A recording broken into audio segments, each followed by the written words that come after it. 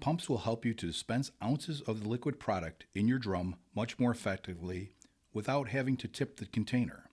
Have you ever tried to tip a liquid-filled 55-gallon drum? Yeah, not exactly like tipping a water bottle. So, after we fill the drum with product, let's get started. First things first, slide the pump tube into the drum fitting.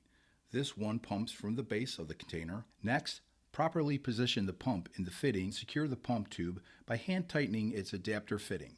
You do not have to excessively tighten in order to secure the pump. Test out the pumping function by loosening the thumb screw and lifting the pump to a desired height. Then, do short and quick pushes on the handle.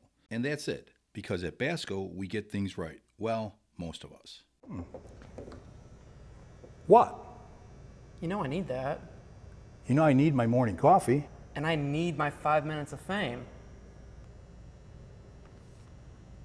Did you hear that? What is it? Is it a coffee machine? No, I think it's the first minute leaving. I think you might want to go find it. I got you. Okay.